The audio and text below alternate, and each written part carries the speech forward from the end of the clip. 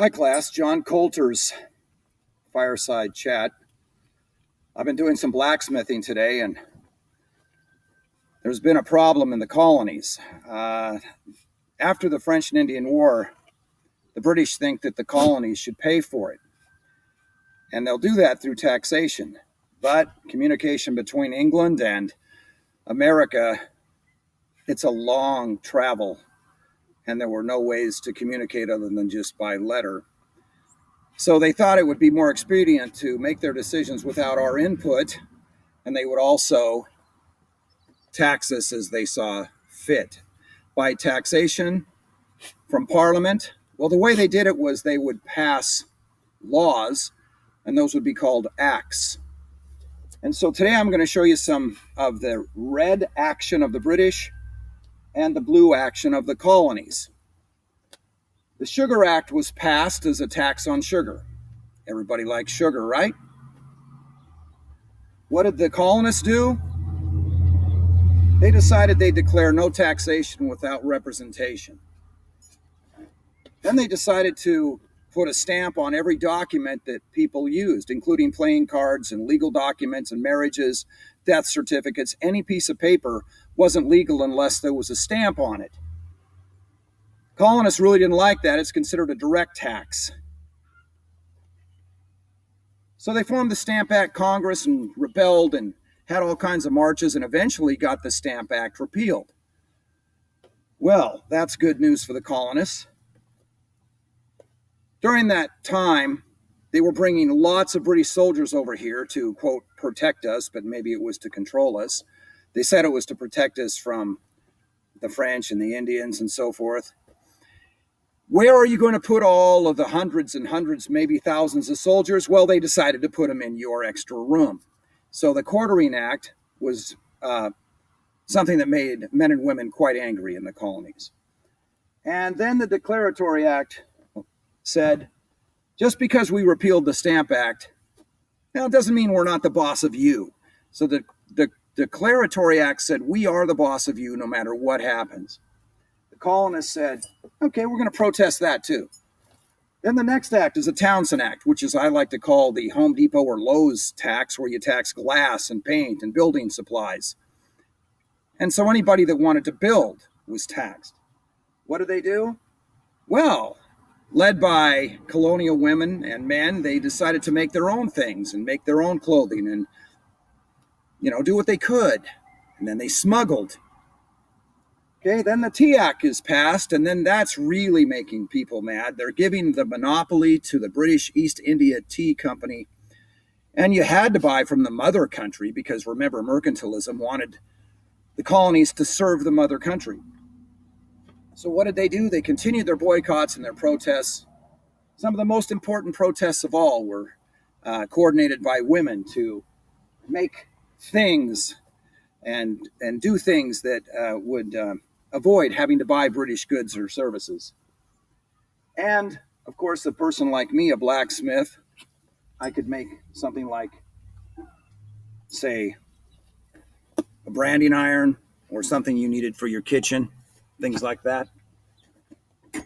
Well, our story today is focused on what happens after the Tea Act is passed. The Sons of Liberty and the Committees of Correspondence and others decided to do something about it. So on December 16th, 1773, they decided to have a little tea party. And they decided to board a ship in the middle of the night dressed as Native Americans. And so I have, they didn't have cameras back then, so I had to have a drawing created. And it's a little old, it's a little worn. I made it a long time ago. So here we have a British ship filled with tea. Of course, we have the British, if this can be seen, the British leader is up there. And the other people depicted in the picture, if you can see this, are Native Americans breaking into tea boxes owned by the British East India Company. This is a tea box being broken into using a hatchet. Okay. And on their way to do this, they would sing, and they weren't really trying to be too secretive about it, but they did come up with some disguises. So the tea goes into the ocean. They did not steal any because they wanted to be sure and make the point that this was an act of protest, not an act of vandalism or thievery or evil. It was a legitimate protest. Now, the tea was worth well over $250,000 in our money today. So here we have, it's this British East India Company ship tied up at the dock. It's moored, and it's at the wharf, and the waterfront is filled with people, and the ship is being taken over by Native Americans. I don't remember anybody getting hurt too badly. And then here's the town. We have Mundell's Pub and Freeborn's Tutorine and Welcome to Boston and Bourgeois Bakery and Myers Restaurant and Rhonda Easter's eggs, chocolates, and chocolate chips. And let's see, Mrs. Springer's Tavern and all kinds of places to buy crumpets and good things from the folks in Boston. So here we have the Tea Party. And let me tell you, the owners of the tea became very upset. The King of England, King George III, became very upset and sent even more troops. And Parliament back in London, England, became very upset. So they passed this act in 1774, soon after the Tea Party, the Intolerable Acts. Intolerable, well, that's what the colonists called them. They were officially called the Coercive Acts, coercive, trying to get you to do something. And they closed the port of Boston. They demanded that the tea be paid for. They said, more soldiers will be in your homes. All kinds of, they closed the entire port of Boston. Boston was to suffer economic loss. People were put in prison for speaking out. Of course, you couldn't get a trial in the colonies. You had to go over to England if you were accused of anything, if you were a British subject, if they liked you, if you played ball with the king and said, oh, we'll go along with you. Okay, so then we have more and more boycotts. Committees of correspondence continue to circulate letters about what to do next.